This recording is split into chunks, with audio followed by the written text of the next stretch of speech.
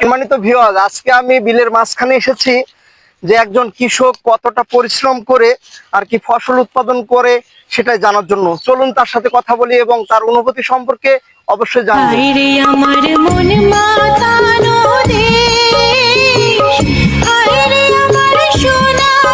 Hello ভাই, আপনি যে এখানে যে পানি জড়ো করে আর কি যে কাজ করছেন, এখানে কি চাষ করবেন ভাই?